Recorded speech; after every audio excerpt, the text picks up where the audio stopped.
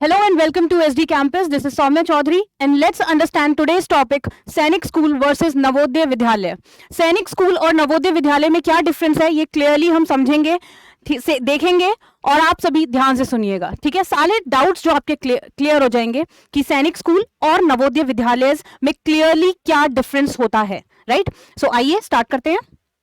सबसे पहले हम सैनिक स्कूल के बारे में यहां पे देखेंगे, राइट। सैनिक स्कूल के बारे में हम यहां पे देखेंगे। सबसे पहले देखिए, सैनिक स्कूल के बारे में अगर मैं बात करूं तो सबसे पहली चीज मैं आपको ये बताना चाहूंगी कि सैनिक स्कूल जो है हमारे, ये जो कंसेप्ट है आपका, ये ओरिजिनेट हुआ है by VK Krishnan Menon, right. By VK Krishnan Menon, इन्हें फाउंडिंग फादर बोलते हैं सैनिक स्कूल का, राइट। ये पूरा प्रोग्राम जो है ये वीके कृष्णन मेनन, राइट, ये फाउंडिंग फादर हैं सैनिक स्कूल के, राइट। तो सबसे पहली चीज आई होप आपकी ये क्लियर हो चुकी है। दूसरी चीज ये कि आपके मन में बहुत डाउट होंगे कि ये किसके अंडर में आता है, स्टेट गवर्नमेंट के अंडर में आता है या सेंटर गवर्नमेंट के अंडर में आता है, किस मिनिस्ट्री के अंडर में आता है, कौन गवर्न करता है इन स्कूल्स को। तो देखिए, इन स्कूल्स को गवर्न करते हैं मिनिस्ट्री ऑफ डिफेंस। तो ये क्लियर है कि ये सेंटर गवर्नमेंट के अंडर में आता है। सो मिनिस्ट्री ऑफ डिफेंस जो है आपके, ये गवर्न करते हैं इन स्कूल्स को और ये सेंटर गवर्नमेंट के अंडर में आपका आता है। अब आपके मन में एक डाउट आ रहा होगा, ये स्कूल सबसे पहली बार ओरिजिनेट कब हुए थे। तो ये 1960s में सबसे पहली बार वीके कृष्णन मेनन जी लेकर आए थे इन स्कूल्स को, राइट। तो 1960s में ये सबसे पहले आपके आए थे, ओके। अब आपके मन में एक चीज आ रही होगी कि इन स्कूल्स का एम क्या है, एम क्या है सैनिक स्कूल्स का। तो देखिए, इन स्कूल्स का मेन एम है कि बच्चों को प्रिपेयर कराना, उनको एक डिसिप्लिनरी लाइफ लीड कराना और main target NDA, INA,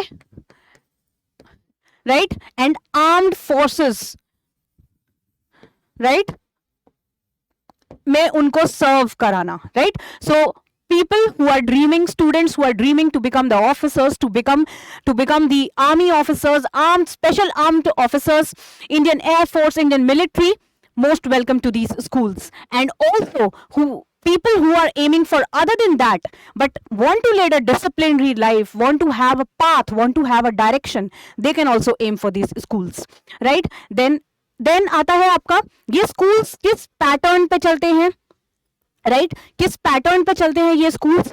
ICSE board होता है, सीबीएसई बोर्ड होता है, कौन सा बोर्ड होता है या अपना कोई बोर्ड होता है, ये क्वेश्चन जनरली आपके दिमाग में आएगा।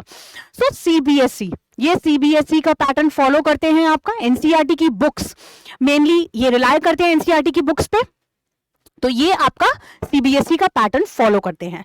अब आता है आपके मन में एक डाउट कि एडमिशंस का क्या, एडमिशंस कैसे होंगे इन स्कूल्स में, राइट। सो आइए इस डाउट को भी क्लियर करते हैं। देखिए, एडमिशन की अगर बात करें तो सैनिक स्कूल में एडमिशन आपके 3 क्लासेस में होते हैं। एक होता है आपका क्लास 6 में एडमिशन होता है, राइट, देन क्लास 9 में एडमिशन होता है, एंड देन ये बहुत लोगों को जनरली पता नहीं है कि क्लास 11 में भी एडमिशन होता है। अब आपके मन में आएगा किस तरीके से होता है, राइट, क्या पैटर्न है, क्या तरीका है, कैसे एडमिशन ले, राइट। तो देखिए, क्लास 6 में अगर आपको एडमिशन लेना है फ्रेंड्स, तो आपके लिए एंट्रेंस एग्जाम होता है, राइट।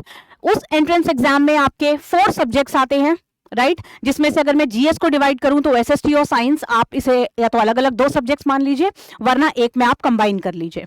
तो ये चीज है आपकी। बाकी मैथ्स मेन रेशो में आता है आपका 50% ऑफ द जो आपका सिलेबस है आपका वो मैथ्स होता है, 50% पेपर भी आपका मैथ्स का होता है। तो मैथ्स एक मेन आपका सब्जेक्ट रहेगा, रीजनिंग रहेगा, इंग्लिश रहेगा और जीएस रहेगा।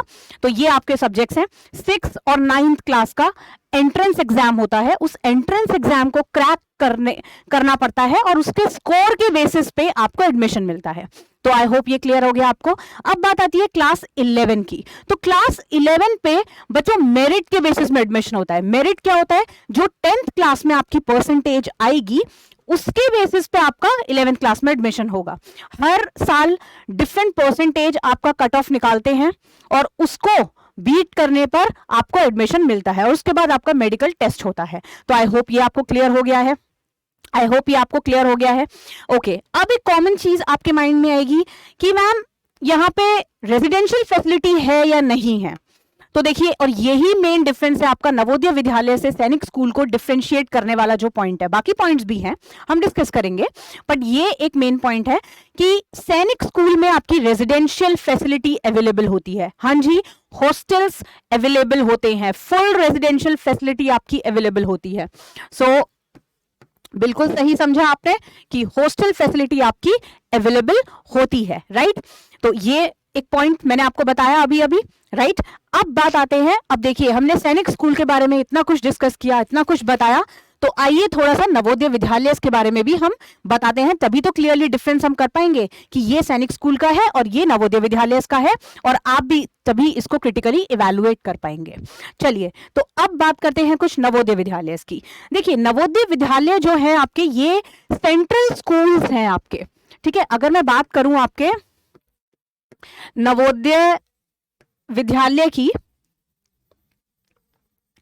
तो ये जो है आपके सेंट्रल स्कूल्स हैं, ये आपके सेंट्रल स्कूल्स हैं, ये भी आपके पब्लिक स्कूल्स ही हैं, ये भी आपके पब्लिक स्कूल्स ही हैं, right. Rural areas, right, rural areas in India, कहां पे है ये? Rural areas in India.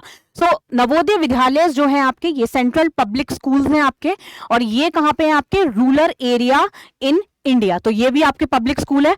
अब एक कॉमन क्वेश्चन आएगा, ये फाउंड कब हुए? जैसे सैनिक स्कूल आपके 1960s में फाउंड हुए बाय वी के कृष्णा मेनन जी, ये जो स्कूल्स हैं आपके, ये 1986 में फाउंड हुए, राइट। सो दिस स्कूल ये फाउंड हुए आपके 1986 में, ओके। सो ये चीज आपको मैंने बताई। अब आपके माइंड में आएगा मैम पैटर्न कौन सा फॉलो होता है? जैसे सैनिक स्कूल में सीबीएसई पैटर्न होता है बच्चों, इसमें भी आपका सीबीएसई पैटर्न ही रहता है। तो सीबीएसई पैटर्न है आपका, एनसीईआरटी बुक्स को बहुत इंपॉर्टेंस दी जाती है, वही आपके मेन सिलेबस की भी बुक्स होती हैं। आई होप ये पॉइंट आपको क्लियर हो गया। अब आपके माइंड में आएगा मैम एडमिशंस का क्या? सैनिक स्कूल के एडमिशंस का तो अभी हमने डिस्कस किया है ना, तो अब नवोदय विद्यालय का एडमिशंस का क्या है ना। तो अब देखिए, नवोदय विद्यालय में क्लास 6 से लेके और क्लास 12 तक आप एडमिशन ले सकते हैं। क्लास 6 में ले सकते हो 7, 8, 9, 10, 11, 12, राइट। और किसके बेसिस पे एडमिशन होंगे आपके क्लास 6 में आपके एंट्रेंस के बेसिस पे एडमिशन होंगे, और रिस्पेक्टिवली आपके एंट्रेंस के बेसिस पे एडमिशन होते हैं। क्लास 6 में जो आपका एज चाहिए, वो कितनी एज चाहिए आपको, ये बहुत इंपॉर्टेंट है। ये बच्चों को पता नहीं होता, पेरेंट्स को पता नहीं होता, राइट। और ये बहुत इंपॉर्टेंट पॉइंट है बच्चों, जो एज क्राइटेरिया है आपका, वो चीज आप ध्यान रखिए। एज क्राइटेरिया है आपका 11 इयर्स, मतलब अगर आप क्लास 6 में एडमिशन लेने के लिए, तो अगर आप क्लास 6 में एडमिशन ले रहे हैं तो आपका 11 इयर्स एज आपका मिनिमम होना चाहिए। तो ये एक चीज है। अब बात आती है मैम इन स्कूल्स को रन कौन करता है, गवर्न कौन करता है? सेंटर गवर्नमेंट करती है, स्टेट गवर्नमेंट करती है, इनका अपना जो है पब्लिक फंडेड होते हैं, प्राइवेट फंडेड होते हैं, या सब मिलके पीपीपी मोड में करते हैं? तो क्या इनका मैनेजमेंट सिस्टम है? जैसे सैनिक स्कूल्स का हमने देखा मिनिस्ट्री ऑफ डिफेंस के अंडर में सेंटर गवर्नमेंट गवर्न करती है। तो आइए इनका भी हम समझते हैं। देखिए बेटा, ये रन होते हैं किससे? ये रन होते हैं आपके नवोदय विद्यालय यूनिट। तो नवोदय विद्यालय, इनकी अपनी यूनिट्स होती हैं, विद्यालय यूनिट्स होती हैं इनकी अपनी, राइट। इनकी अपनी यूनिट होती है, राइट। अपनी समितिज होती हैं इनकी, आप इन्हें यूनिट या समिति आप जैसा भी बोल सकते हैं इसको, राइट। ये आपकी नोएडा में है, नोएडा में है। तो ये जो बॉडी है आपकी, ये नोएडा में है, ये सारे नवोदय विद्यालय को गवर्न करती है। किस मिनिस्ट्री के अंडर आती है? अब आपके माइंड में क्वेश्चन आएगा, जैसे सैनिक स्कूल मिनिस्ट्री ऑफ डिफेंस में आते थे, तो बेटा ये मिनिस्ट्री ऑफ एजुकेशन के अंडर में आती है, ठीक है। तो ये आपकी मिनिस्ट्री ऑफ एजुकेशन के अंडर में आपकी आती है। तो ये चीज आप ध्यान रखिएगा कि ये आपकी मिनिस्ट्री ऑफ एजुकेशन के अंडर में आती है, राइट। अब एक इंपॉर्टेंट पॉइंट, आपके सैनिक स्कूल कहां कहां पर है और नवोदय विद्यालय कहां कहां पर है? देखिए, सैनिक स्कूल आपके ऑल ओवर इंडिया है, ठीक है। कुछ न्यू सैनिक स्कूल है, कुछ ओल्ड सैनिक स्कूल है। तो आप न्यू वर्सेस ओल्ड सैनिक स्कूल वाली जो वीडियो है वो रेफर कर सकते हो, सीरीज में ही आप देखोगे तो मिल जाएगी, राइट। अब नवोदय विद्यालय कहाँ कहाँ पर है बेटा, ये भी ऑल ओवर इंडिया है एक्सेप्ट फॉर तमिलनाडु, राइट। तो ये एक ओवरऑल मैंने आपको जिस्ट समझाया कि सैनिक स्कूल वर्सेस नवोदय विद्यालय में क्या डिफरेंस होता है, एडमिशन मैंने बताया और सारी ही चीजें मैंने बताई। आई होप आपको ये वीडियो अच्छी लगी, right. So thank you so much and stay blessed.